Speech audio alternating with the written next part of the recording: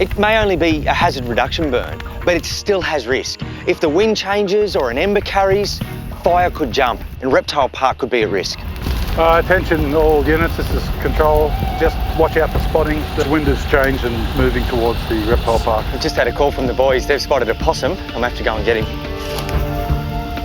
Oh, he's not going to be that easy to grab.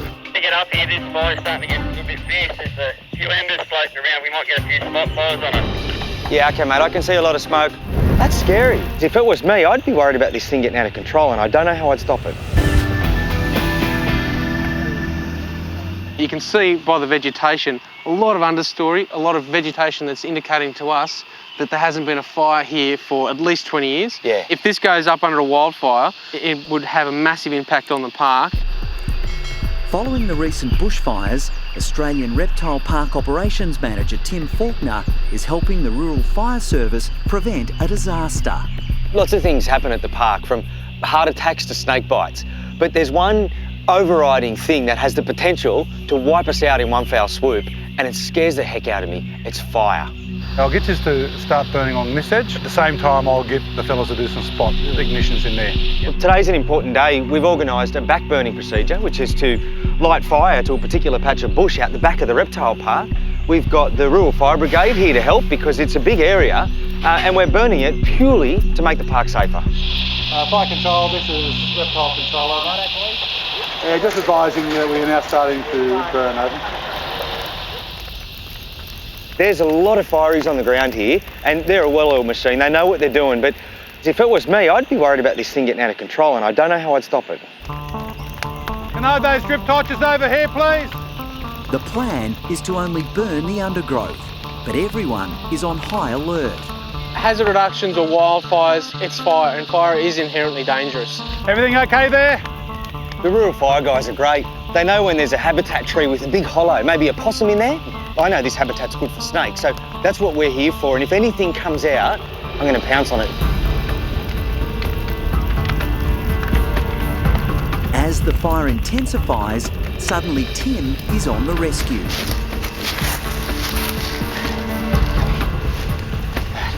It's an eastern water dragon.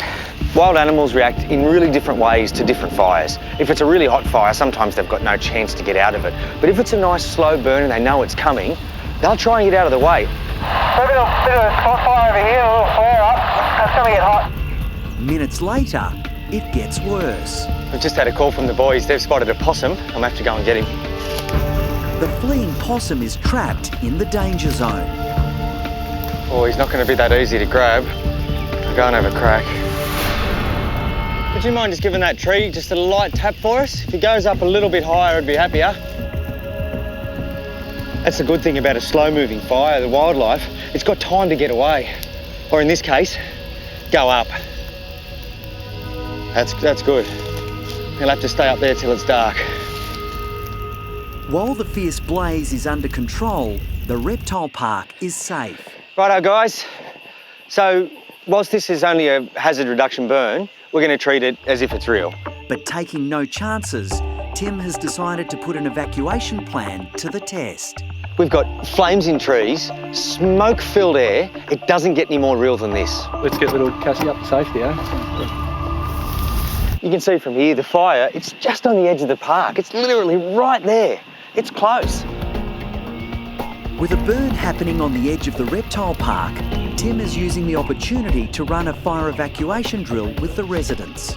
Come on, down you come. You're coming for a little trip. You all right? Good girl. Good girl. We might only have one chance at this. You got it, Carl? That's it. Alright, good job. Come on. Come on, you're coming up the top. This is a bushfire. Now, that makes the building our safe house. That's our fortress. We take our animals there, we take our visitors there, we take our staff there. We fill the gutters with water and we defend it. It's safer in there than out here in the bush. There you go, Casey. Just down here. There you go. You're on now. Anywhere in on the ground's okay. Air conditioner's on. Hello. With the animals safe, That's you. Tim sends staff member take this Jimbo extinguisher. to keep a watch on the fire zone. Right, I'll see you out there. Everyone has a different role when the fire comes, and we all know what that role is. But for Jim, it's an important role. He's the man on the ground because he's our eyes and ears. He's the fella that says, I've got a fire outbreak, and we draw our attention there. Really important. But when Jimbo gets to the fire zone, there's bad news. Go ahead, Jimbo. To get up here, this fire's starting to get a little bit fierce. There's a few embers floating around. We might get a few spot fires on it. Yeah, okay, mate, I can see a lot of smoke. I'll round up the troops. Righto, see you soon. It may only be a hazard reduction burn, but it still has risk. If the wind changes or an ember carries, fire could jump and Reptile Park could be at risk. No more flame height than a metre, full stop. The Rural Fire Service is on alert. Yeah, Andrew, it's Frank. Don't light anymore at the moment, mate. I'm going to have to relook at the plan with that wind change. There is a change coming later today, so we want to get most of the burn done before that wind change occurs. Any swift change in any weather condition can mean a completely different fire behaviour. All right, just wait a minute, watch that wind for a moment. I want to see what she does. Bugger. Suddenly, the wind change arrives. Oh, the wind's supposed to be coming from the northeast. It's sort of buggering up which way I want to do the burn. Just hold it there for a minute. The crews have to work fast to protect the fence line. Attention all units, this is control. Just watch out for spotting. The wind has changed and moving towards the reptile park. The fire's under control, but there are embers flying everywhere. So what I need to do now is call my park staff up. We need to just be inside here and make sure that one hot ember doesn't hit the ground and ignite. Can you just send 1 or 2 sentries in here just to keep an eye on this? Everything okay there? That's hot. We're at a distance and that's very uncomfortable for me. These guys are used to it and they're in and around it. That's scary. Mick's still up at pit 6. The fire's just reached there. So he's going to hang around there for a few minutes and just check for spot fires. Just keep an eye out over there. Pretty gnarly, eh? We've got approximately 25 firefighters on the ground here. Whilst the burn is not that big, we need that many people because we are burning at a hotter part of the year. And because the fuels are a little bit drier, we want to just make sure we've got enough people on the ground.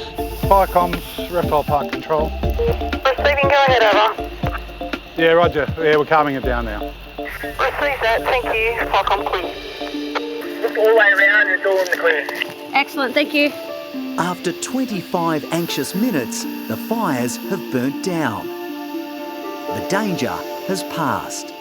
There were times today when I was on edge, and I was probably more on edge than others. I was worried about the park. The flames were high, embers were flying off, there was a bit of wind being created by it. I didn't need to worry. In the end, everything went smooth and the park is now safer for it. The Australian native bushland is designed to burn. Many plant species won't actually resprout or germinate without fire. We've removed some of the habitat, we've created some new habitat for other wildlife in the future. So it's really part of the natural Australian cycle and we need to learn how to live with bushfires. How'd we go, mate? Happy? Excellent. We've reduced the fuels, just in the mopping up phase now.